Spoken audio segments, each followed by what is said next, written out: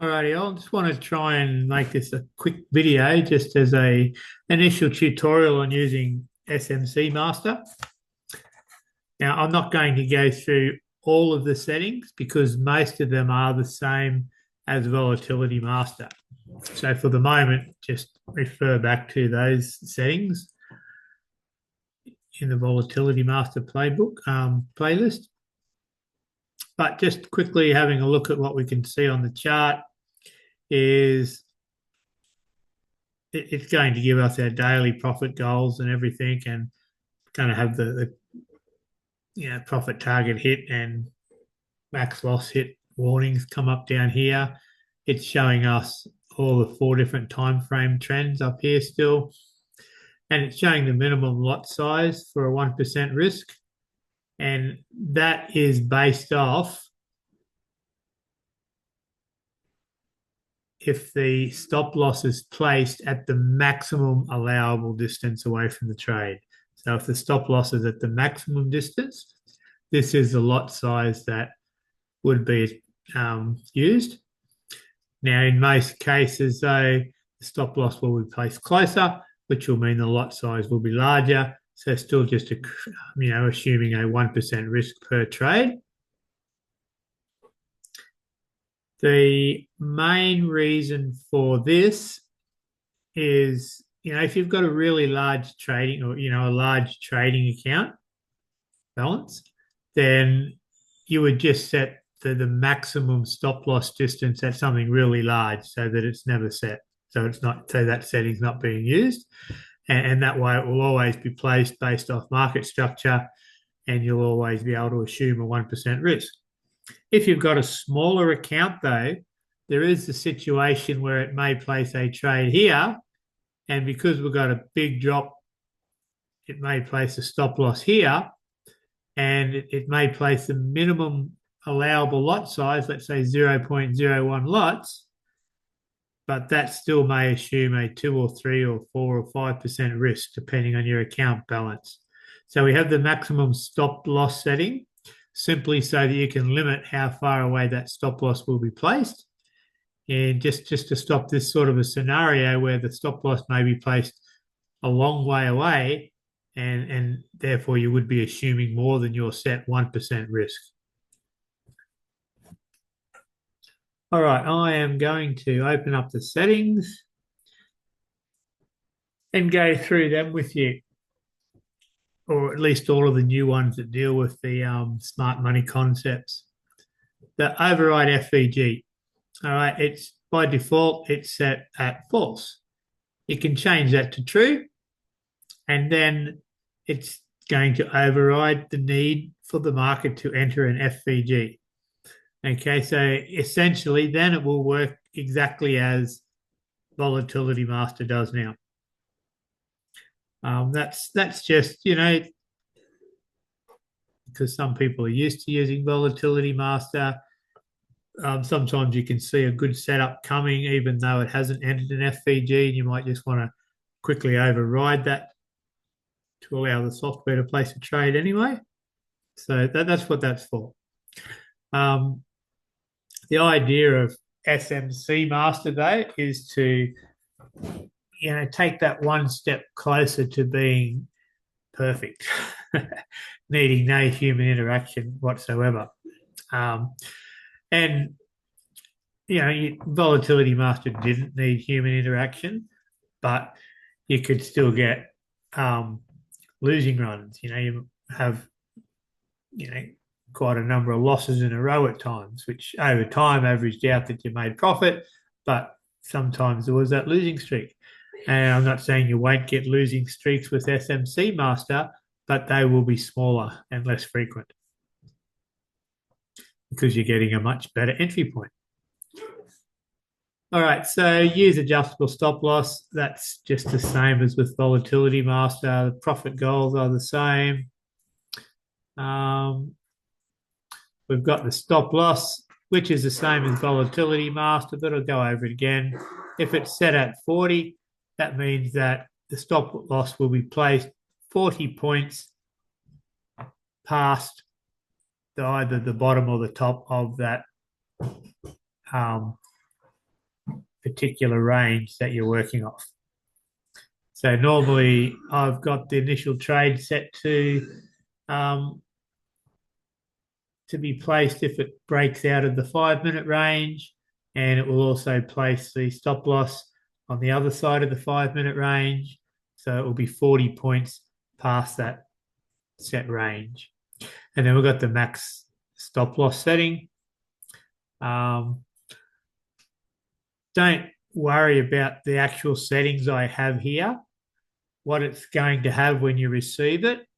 The default settings will look a little different to this, but the default settings will suit gold against the US dollar, so XAU USD. Max stop loss at 800 is what I used to use on Volatility Master when I was using a small account. If I'm using a large account, I suggest you just set that at 2,000 or 3,000, and essentially then you won't be using it. Lot size is another one, which is generally set at 0. But if you have a very small trading account, you might just want to set that at the minimum lot size so that no matter what, it won't take out a larger size and accidentally assume more than your set risk percent, which in this case is 1%. Then we have our profit lock and our trailing stop loss, all the same as Volatility Master. The FVG entry depth. At the moment, I've just been using this at 0. And so if we have a look at these dotted blue lines, which I'm thinking of changing to yellow, just in case your color is different. And so when it's set at 0, it will activate as soon as the market enters this FVG zone, this area of imbalance. Or if the previous candle has entered, then it would need to enter and go through further than the previous candles have, and that will activate the FVG, and then therefore it will start to look for a trade entry. If we set that at 50%, then the market would always need to go at least 50% of the way through before it would activate. So trying to get a better and better position.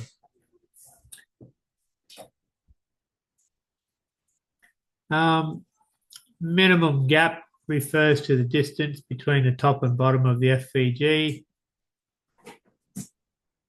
So if it's less than 100 points, it won't recognise it as a fair value gap. Distance between is if it finds a fair value gap here, if it finds another one within 400 points in this case, it won't recognise it. It has to be further away than 400 points. A mitigation buffer, that just means if the market comes this is what will happen. If the market comes down and goes all the way through that FVG, it will disappear. But the FVG activation will stay active until it goes 200 points past, because we have this set at 200. And the reverse mitigation buffer is just that if the market reverses above and it has traded it as well, then it will deactivate the active FVG. So it will stop looking for trades.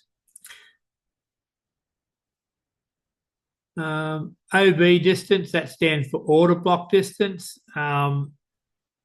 I've got this set really high because I'm not using it at the moment, but what it requires is, I'll try and explain that when I've got the chart up further, but if the market's consolidated and then we get that FVG, let's say here we've got the consolidation and the market dropped down and created this FVG, the consolidation needs to be no further above the top of the FVG than this. That's just a way of nominating the fact that there has been an order block formed, and it can also be used to make sure that the fair value gap is near the top of the range, so to speak, so that it's an apex order block, apex FVG. Pause. includes the PL for profit lock. That just means we have a you can set a little pause so that it doesn't open up a trade every minute. Not that it would, because generally the conditions won't meet that frequently.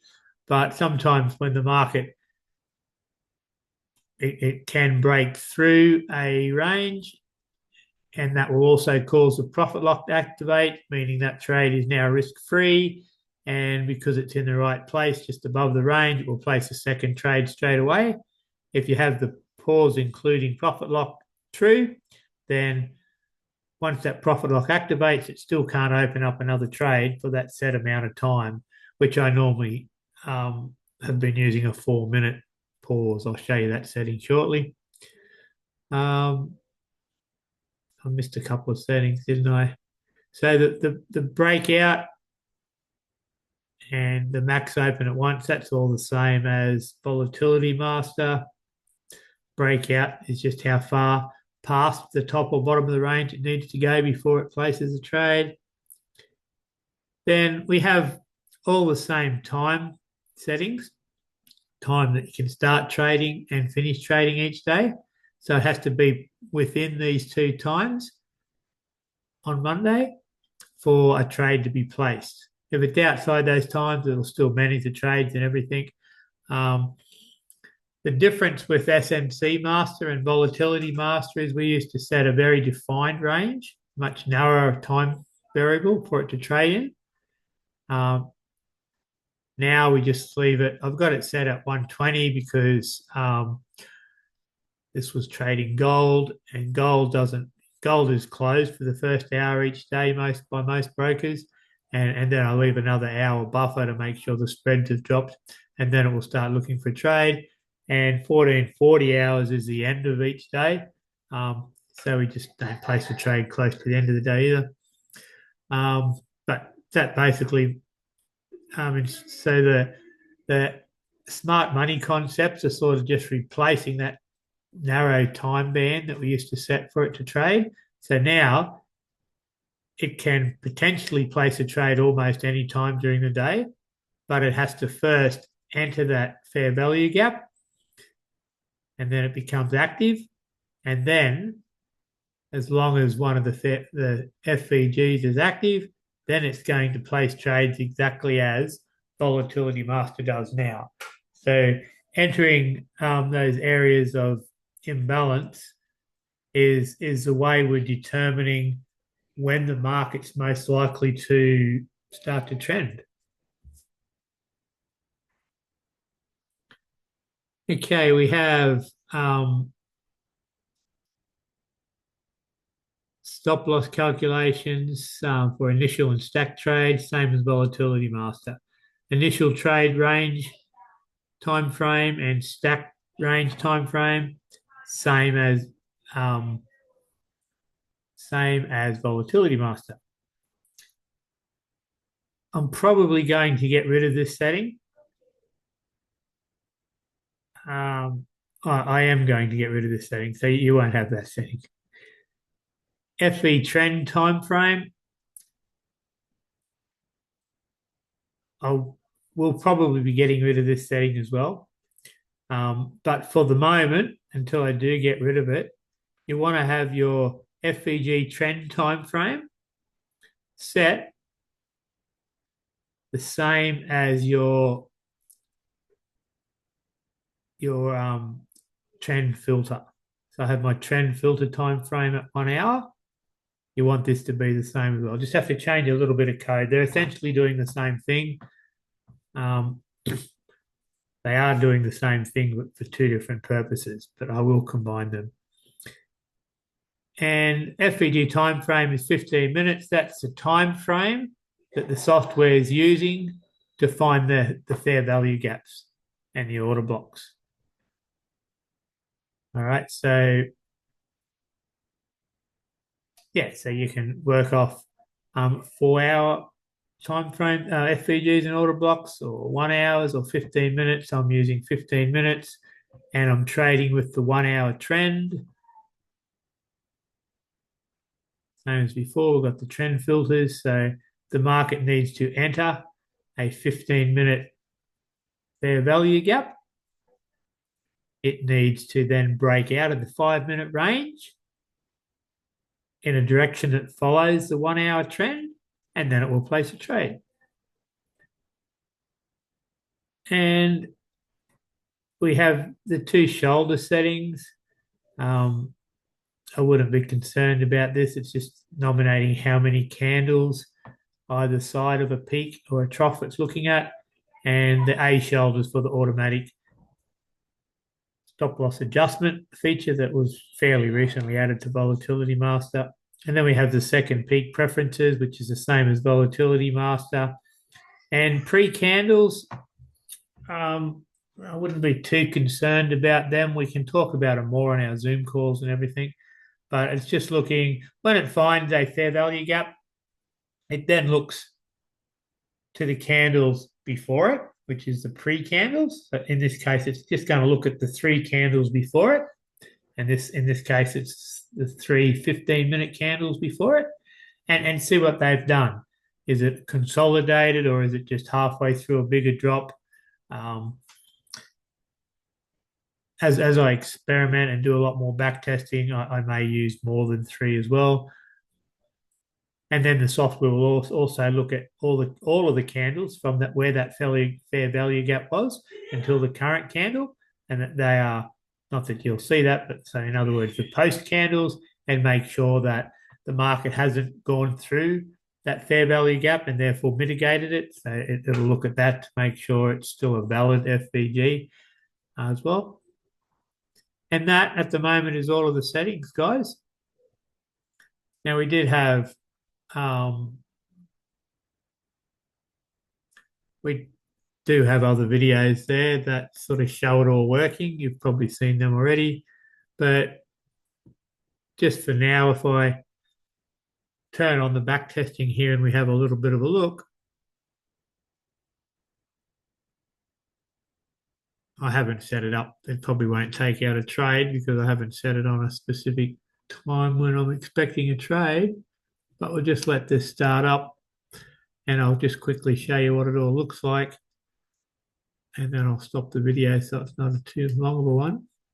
But you can see it's detected a fair value gap here. Now, you remember I was looking at the OB distance, and I set that at something really large like 4,000. So from the bottom of this FVG down to here is obviously less than 4,000. Otherwise, it wouldn't have counted it. And we can use that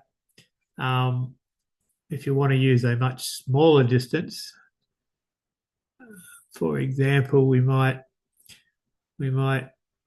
set it here at, if we had it set at 1,000, then the 3 candles before the FVG couldn't go down any more than 1,000. That way we can make it look for a consolidation area or an order block area to be directly before the fair value gap, and therefore we can make it a much more valid one. But that's an important little part of the code. But the way it works is once it enters, so for at the moment, we're trying to trade with the 1 hour trend. So that's a buy. So we're waiting for the market to enter this fair value gap. And then up here, we'll see it says FVG bull and FVG bear. So when the market enters this fair value gap, FVG bull will say active, meaning it is now looking to open up a buy order. So the market needs to enter this fair value gap. But if the market keeps going down, eventually that will become inactive again like it is now, and this fair value gap will disappear. But if the market enters it and then the structure changes on the 5-minute time frame and it breaks above the 5-minute range, then it will start trading. So in this way, most fair value gaps are worth knowing about. And if the market enters it and then reverses, then the structure changes, then it will trade. If the market enters it but then continues down, it just simply will not trade. I hope that makes sense. At the moment, I don't have the average daily ranges displayed down the bottom corner, but I will be adding that. But it won't make any difference to how the software trades. But I do find it a nice little bit of information to have access to quickly. All right, all that's it. I'll leave it to you. Thanks for watching. And yeah, jump on the Sunday night calls and ask all the questions you have.